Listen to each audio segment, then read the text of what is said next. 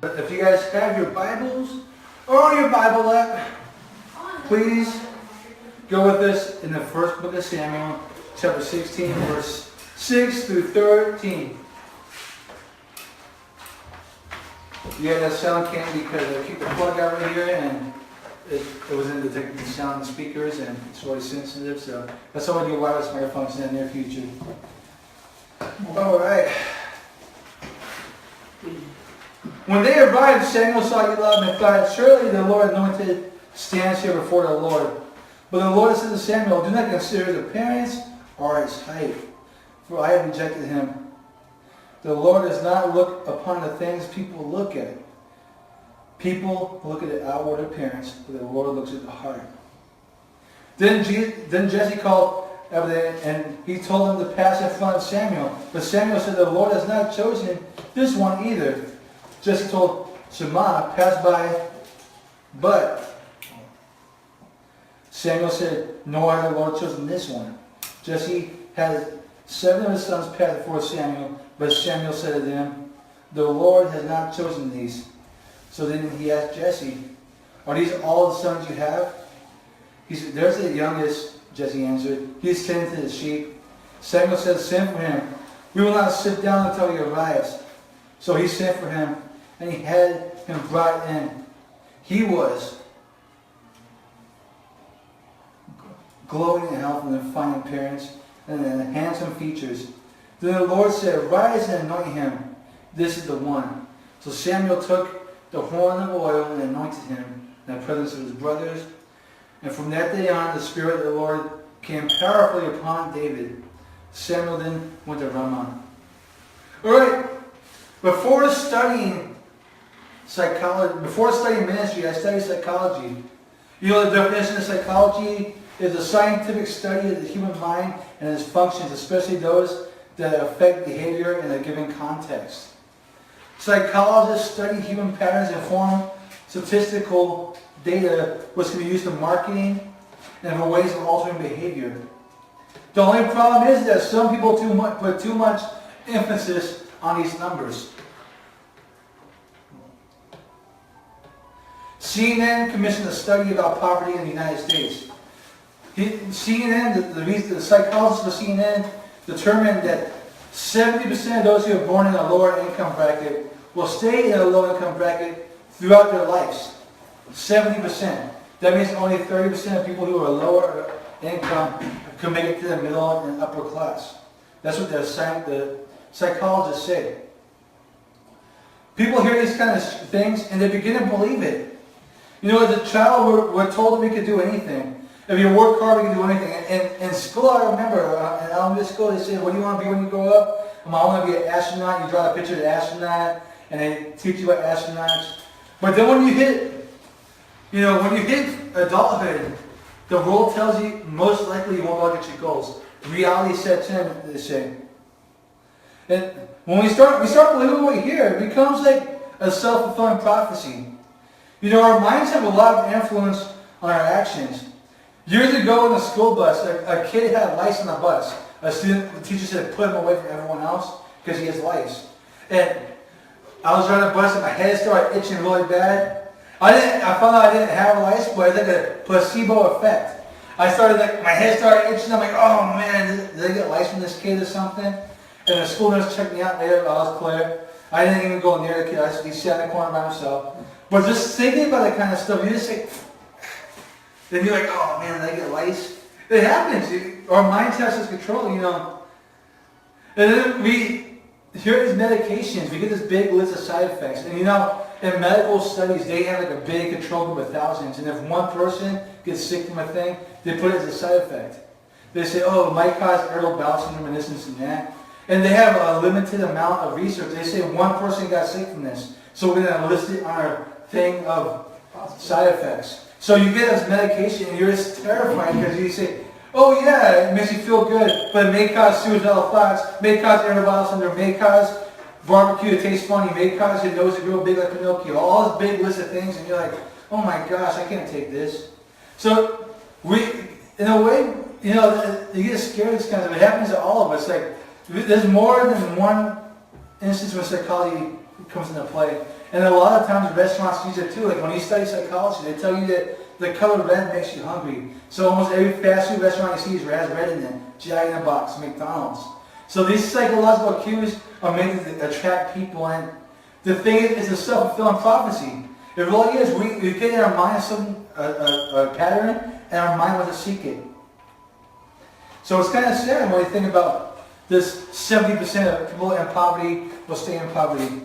When you hear that, it's really depressing. I know, growing up in San Bernardino, in the lower income areas that were like the worst part of San Bernardino, a lot of people went a different path than I did. A lot of, some people in San Bernardino like got education and they moved up and they worked good. But then some people just got that knowledge from the people saying, oh, yeah, you guys ain't gonna go anywhere, you're from San Bernardino. And they took that to heart and they just stay in it.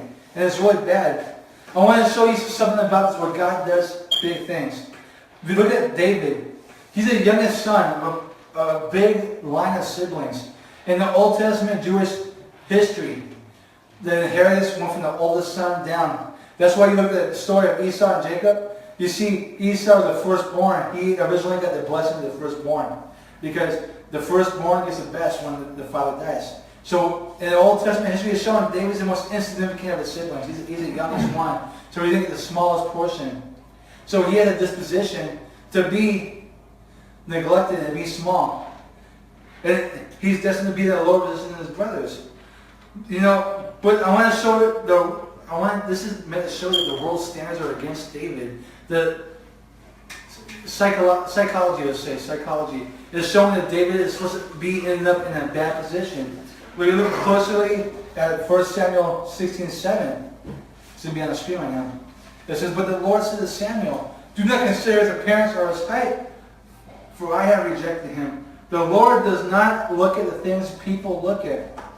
People look towards the outside appearance, but the Lord looks at the heart. See, the thing is, it's really awesome to think about it. The standards of the world saying that if you grew up in the ghetto, you're going to stay in the ghetto. That's not what God says. People say that. God doesn't say that. In tradition, in Jewish tradition, David should have been the lowest person. He was a shepherd, number one.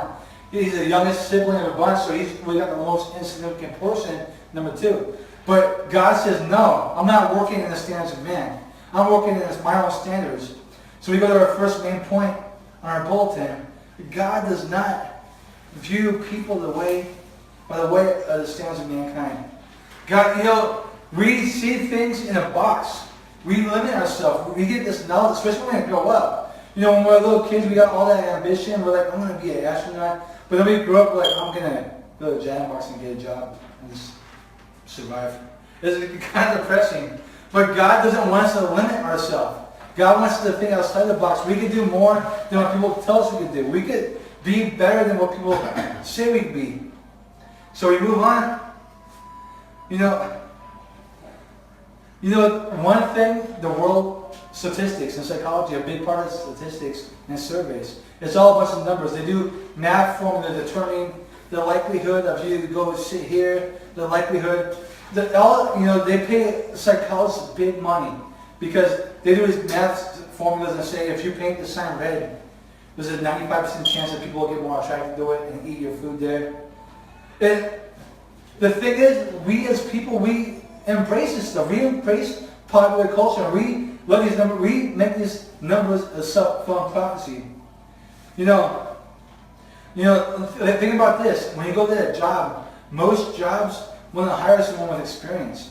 Especially I know specifically in nursing. If you're a new grad and you try to go to a hospital and apply, unless you have a new grad program, they're going to be like, what kind of experience do you have?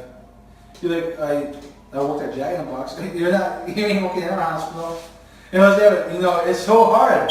For the school district, for being a school bus driver, him is one of the exceptions, but if you go to the Rialto School District, they want you to have 2 years bus driving experience before you can even apply there. Because they don't want to hire a new bus driver. And it's really funny when you think about it that they want you to have experience before you get the job when you never worked there before. How can you experience that job? And every job's different, so it's really a weird thing. But people put such an emphasis on this mathematical stuff. You do these numbers, like we went through these experience, we do all this stuff, and people trust these numbers. It's so crazy because people have such an emphasis on this formula that man made. This like we want these kind of standards. We put such an emphasis on these man-made formulas, and it really limits God because we're like, I already know what's happening because I did the math already. I already know if I'm sign red, people are going to come. Like look at the people coming. See, I'm right. It really takes away from God. If our way of modern living is so perfect statistically and we got everything figured out, why is there still cancer? Why are people still starving? Why is there still racism in the world? Why are all these issues still going on? You want to know why? Mankind can't get rid of evil. It's impossible.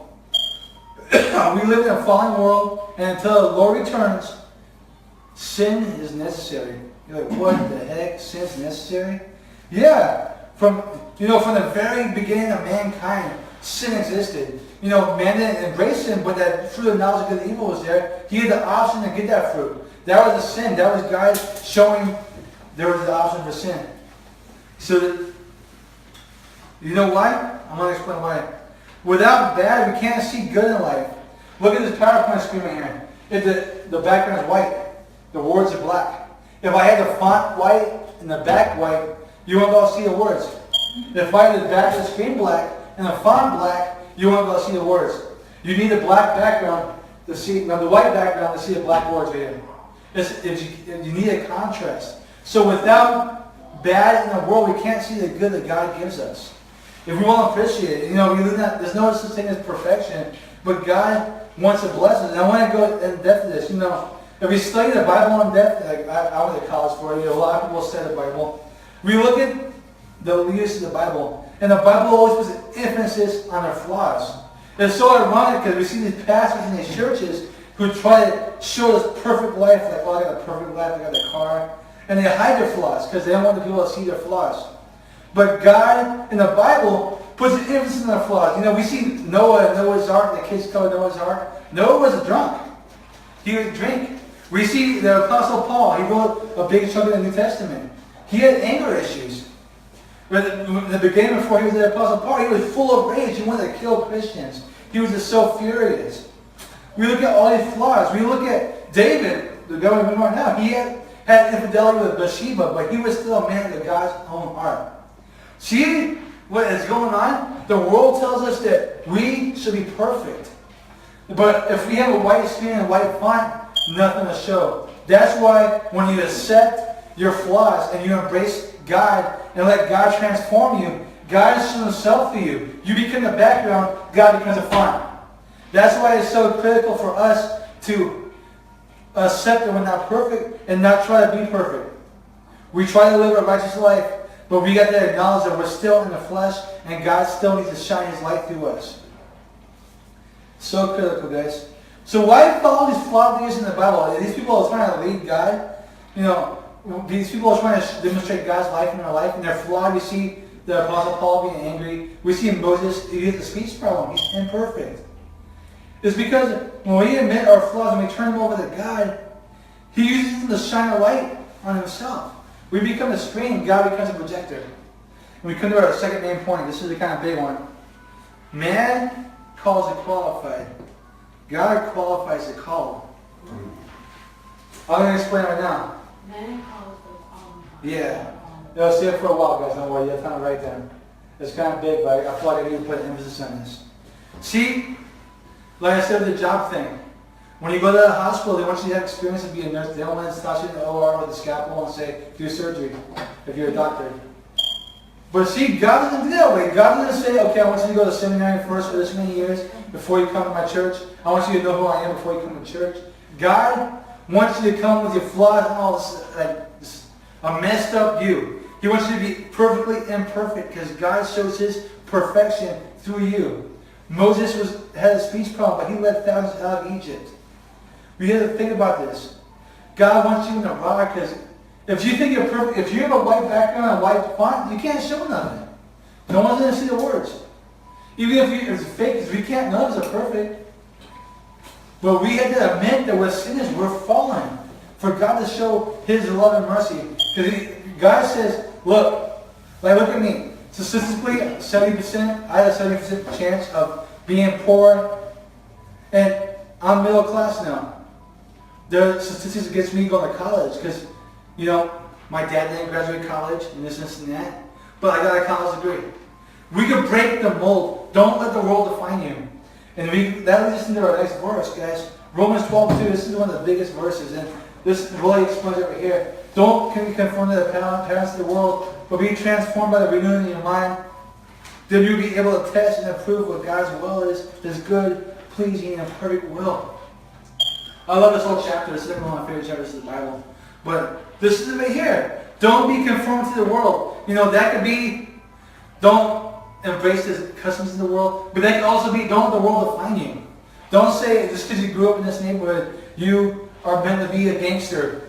Don't let the world define you. Let God define you. Let God transform you. Because if people let the world define them, the Apostle Paul would still be Saul, and he would be a Pharisee killing Christians still. If David let the world define him, he would be a shepherd. He wouldn't be the king of Israel in his life. If we let the world define us, the world's going to limit us because the world is limited. But God is not limited.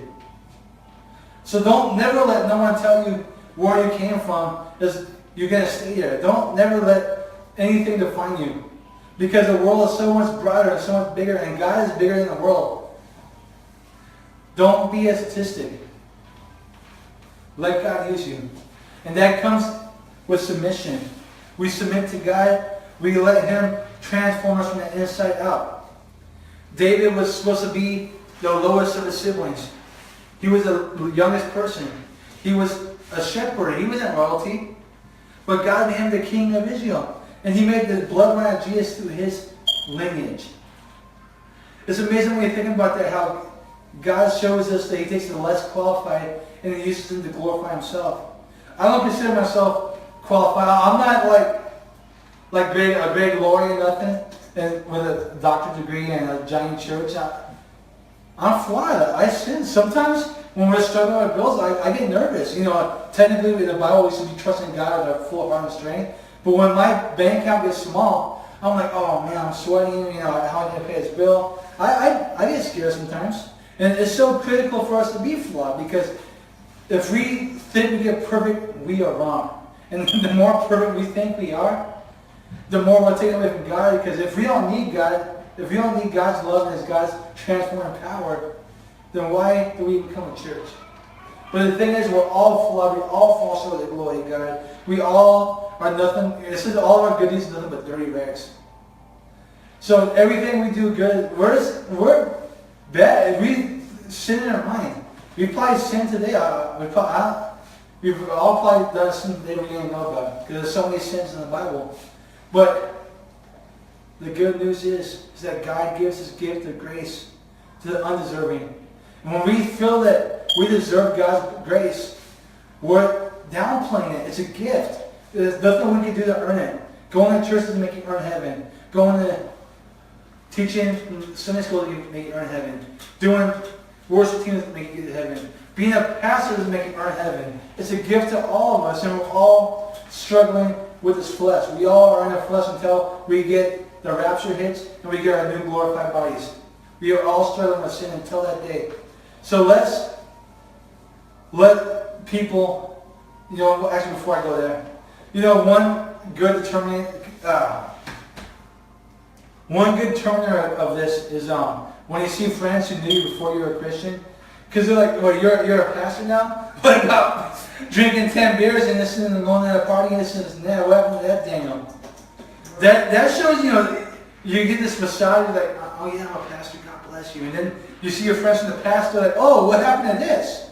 Oh, no. It really shows you how human you are, because your past is still a part of you. So we let God shine His glory. We give God the glory for everything good that is going on in our life. Every good, positive characteristic in our life, we give God the glory for it. And the more we give God the glory, the more we give it to God, the more God's going to shine through us and perfect us the way He wants us to be. So it's so critical for us. Don't be the shepherd, be the king. Don't be, let's think about this. Let's get more logical. If Moses was the way going on the path that the society said, he would be aborted. Because that's what the Egyptians were doing. They killed all Jewish boys. So we think about this, and we thank God because God shines His perfection through us, guys. Let's go ahead and pray. Lord, I thank you because we are fearfully and wonderfully made, your word says. That means every flaw in our life, every bad thing we've done in the past is all a part of us. And as you just shine your glory and your blessing and your purity, your perfection through our flawedness. We're the screen, you're the projector. I pray, Lord, that you don't want the world to find us. Help us defeat the world. Help us surpass the world and the standards the world sets for us, God.